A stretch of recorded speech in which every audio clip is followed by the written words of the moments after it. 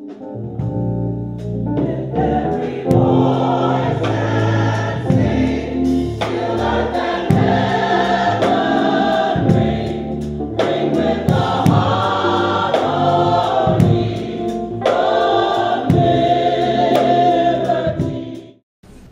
has been a long-standing tradition to have a young person from the New Jersey Orators share in our celebration.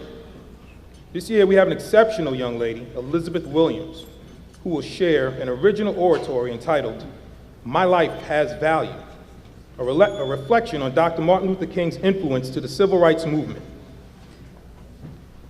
Elizabeth Williams, she's 11 years old and a proud member of the Somerset chapter of the New Jersey Orators. As an orator, she has received 4 excellent awards, 2 of which were perfect scores for originals in oratory. Elizabeth is an outstanding pianist and has performed in many recitals, concerts, and charity events. She has won international piano competitions and has performed at Kaufman Center and Carnegie Hall in New York. In 2013, at the age of 9, she was the only pianist accepted in the Juilliard School Music Advancement Program. She enjoys playing the violin, composing piano pieces, writing poems, short stories, and reading.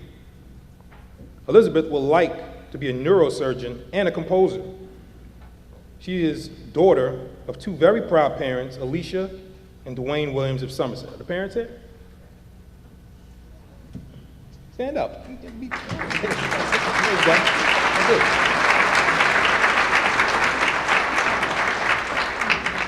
It sounds amazing already.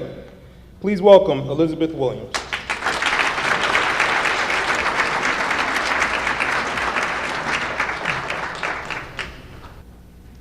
Good morning, everyone. My name is Elizabeth Williams, and I am a proud member of the Somerset chapter of the New Jersey Orators, and I am extremely honored to be here. The title of my speech is "My Life Has Value." I also want to say that the New Jersey Orators is an exceptional organization for allowing young African Americans like me to express myself on such a historic day and for being part of keeping Dr. Martin Luther King Jr.'s dream alive.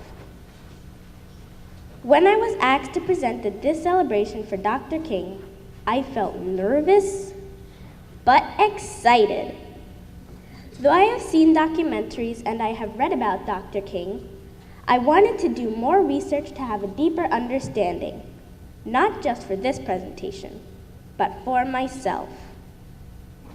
If someone had asked me last year what I knew about Dr. Martin Luther King Jr., I probably would have said that he was a father, a great civil rights leader and pastor, that he wrote many famous speeches, including his most famous "I Have a Dream," and most importantly, that he was an excellent orator.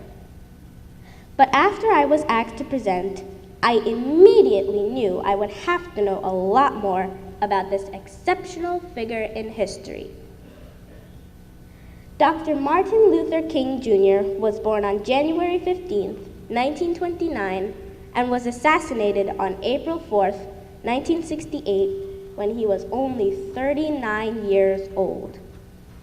He's the only American, other than the presidents, to have a national federal holiday.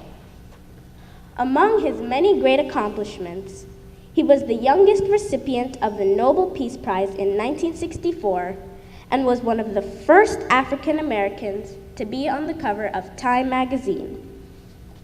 He was known as the moral leader of our nation.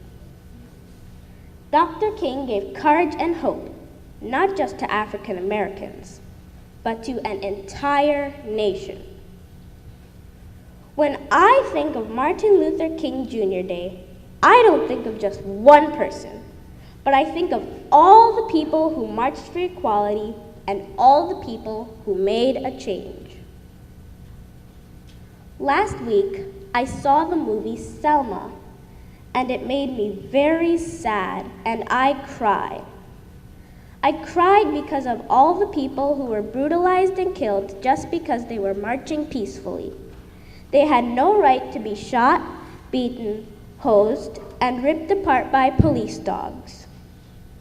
For Dr. King and the brave people who lived through this terrible time and labored so tirelessly to make so many significant and positive changes in American history, I am humbled.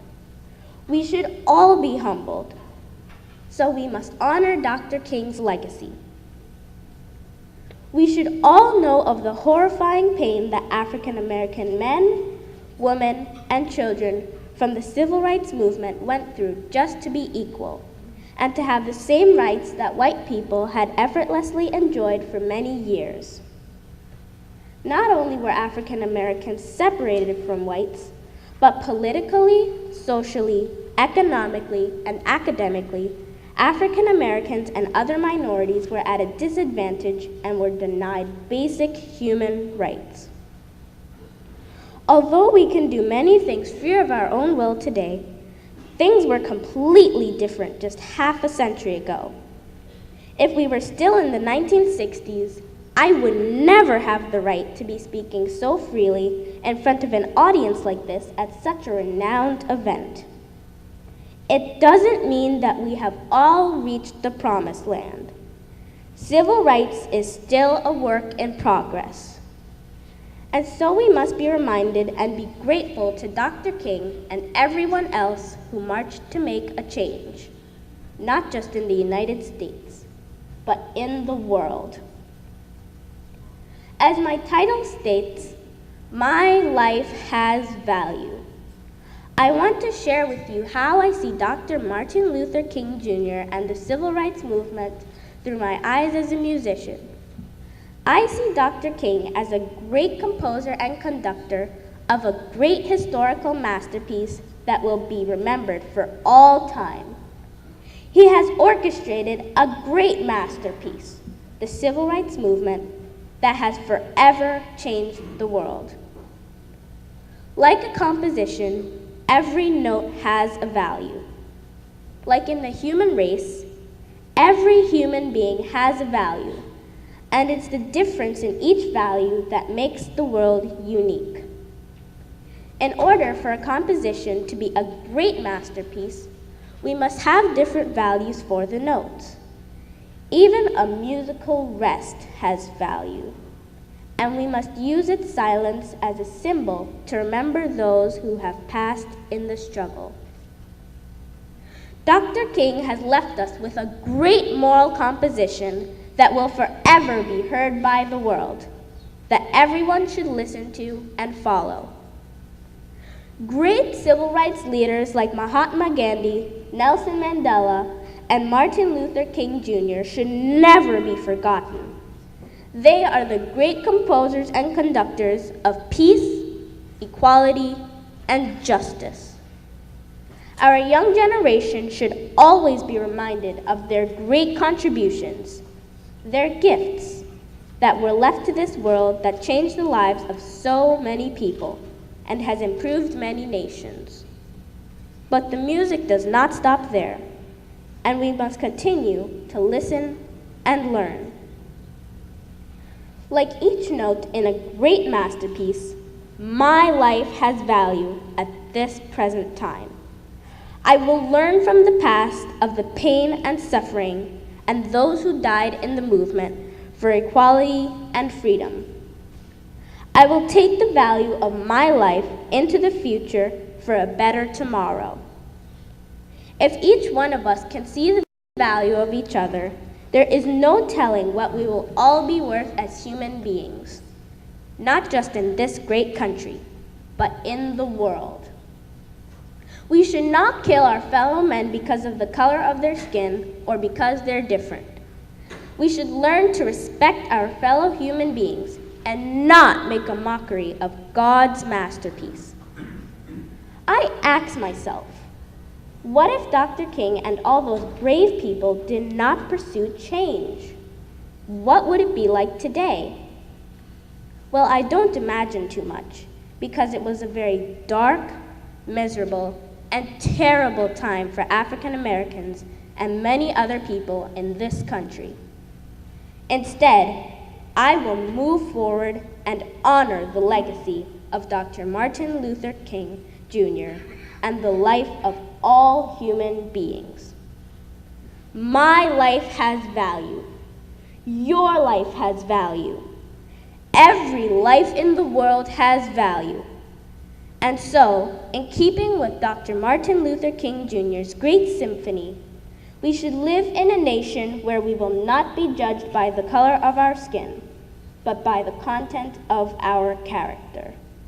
Once again, my name is Elizabeth Williams, and I am a proud member of the Somerset chapter of the New Jersey Orators. Thank you for listening.